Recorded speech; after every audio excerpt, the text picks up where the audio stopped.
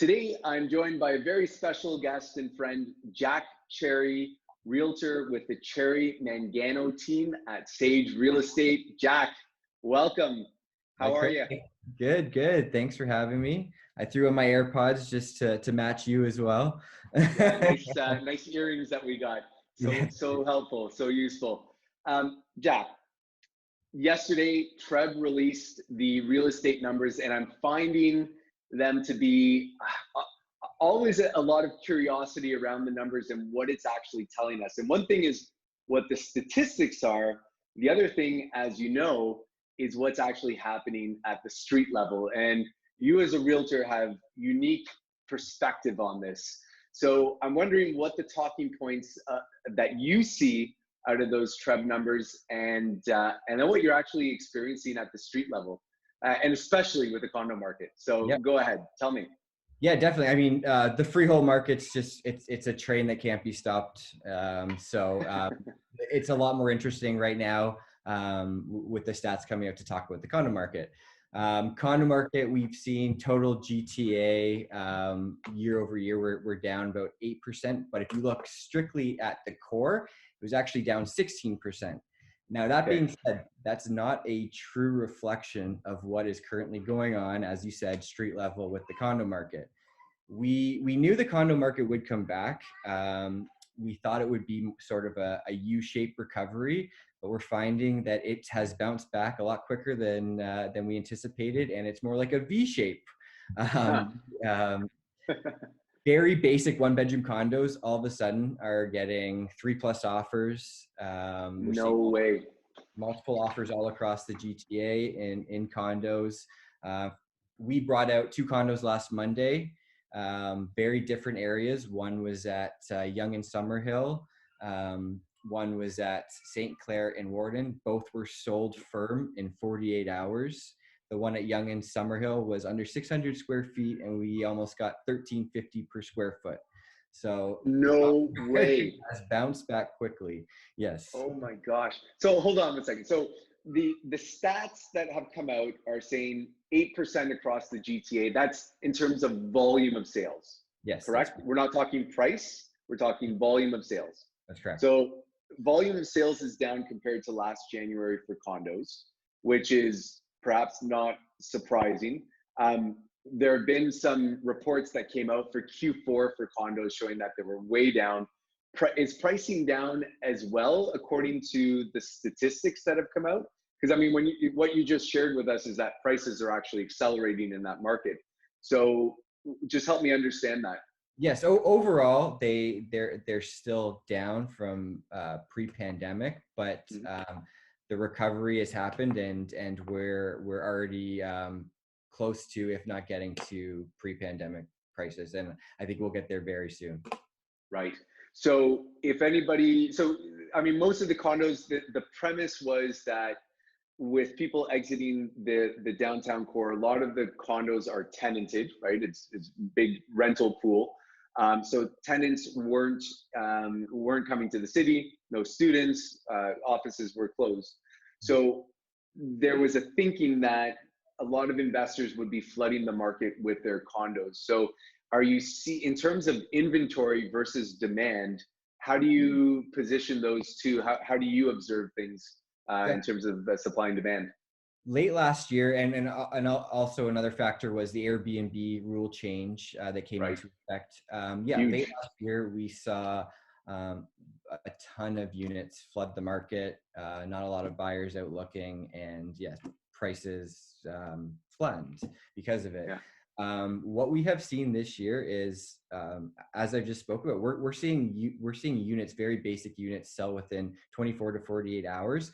There is a lack of product now. There's always been a lack of product in the freehold market, which helps it kind of go at the rate it does. But right now there is far more buyers than product, and we can't keep up. Now I know that me and other realtors are probably encouraging now. It's a good time to sell. So we expect, and as the weather gets better and as we get into the fall market, we're going to see more and more listings come out. But at this point in time, yes, there's a ton of buyers looking and not enough product to keep up with the demand. Are you finding the buyers are end users? Is that what you're observing? Because I wouldn't imagine anybody's rushing to buy a rental unit per se, with the rental prices being down, right? Rents are way down year over year. So it must be end users, is that right? Yeah, that's definitely what we're finding. A lot of first-time home buyers trying to get into the market. They started looking late last year, thinking prices are down. It's a good time for me to get in. If they've missed the boat, now they are really trying to get in before prices come up even more. We also found the market outside of the GTA is bloated right now. So there'd be buyers looking. I can get a 2-bedroom here in Toronto, or I can maybe go get a house. And then they go start looking outside Toronto and they see they're in multiple offers as well. And areas of Hamilton and Guelph and Barrie. So that brings them back. They say, if I'm paying these prices out there, maybe I will just go back to the core and spend my money there. Low interest rates, which you can speak about, of course. Absolutely. It's a huge driver, of course. Yeah. And that's one of the things that I kind of find interesting, because rates are driving a lot of this growth at the moment. And so there's speculation, well, when maybe I'll wait until interest rates go up, then prices will come down. But your relative carrying costs are still really the same, because, okay, so maybe prices decelerate. I'm not sure that they'll go down, but they may go flat. But now you've got a higher carrying costs. And for many people, it's about, what's my monthly payment? Can I afford it? And not necessarily the price. And so, compared to pre-pandemic, I mean, interest rates are down more than 1%, 1.5%. So it's a huge difference.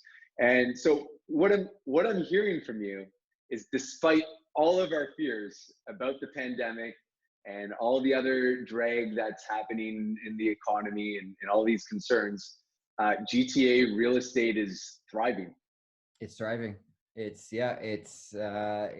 one of those things that I don't know, if a global pandemic can't slow it down, I'm not sure what can. That's scary. I get buyers that I speak to, and they say, I can afford $1 million, but I don't necessarily have to buy this year. Maybe I can look next year. And I'm just kind of telling you, $1 million this year is easily $1.2 million next year. Like, let's get in right away and and take advantage of this. Yeah, you and I have seen that over the years, that wait and see. And that's not an encouragement for people to buy more than what they can afford. I think that's, we don't want to push people to do that, but the acceleration is a little bit frightening. And as I think you opened up with the line, the detached market is a train that just can't be stopped.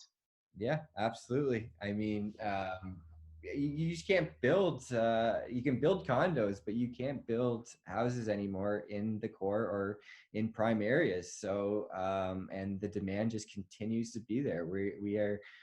We're a world-class city with a lot going on. So I don't see us slowing down in that market anytime soon. And then the condo market, I mean, there's going to be some more ups and downs, but at the end of the day, that's still a very good market to be in. Yeah, I agree, Jack. Well, listen, I really appreciate your time and sharing your insights today. If anybody's watching this video and would like to learn a little bit more about you, what's the best way to get in touch with Mr. Jack Cherry? Follow us on Instagram, Cherry and Mangano. Shoot me an email. Just if you have any questions about the marketplace, happy to answer and chat about it. It's what I do every day, so it's fun for me. And before we leave, people should know how I met Chris. Actually, was through your father.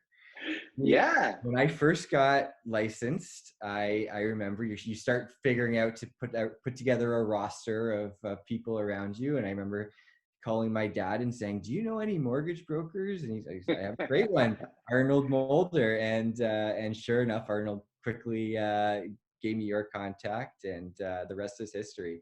But I just found it kind of a fun little story that we kind of met through our fathers. Yeah, I should have led off with that. And thank you for reminding me. I forgot that history goes back that far, and that's true. So I have been known to be the son of a broker. That was Arnold Mulder, and that's the connection. That's Yeah. right. So going back that far. Well, listen, Jack, I'll include some of the contact information. Jack's, what you see is what you get. Very authentic, great guy to chat with, and I encourage anybody who's wondering about buying a condo, listing a condo, or taking a deep dive off the deep end into the detached market to get in touch with Jack. Thanks so much again, and we'll look forward to the next one, Jack. Great. Thanks for having me, Chris. Cheers. Cheers.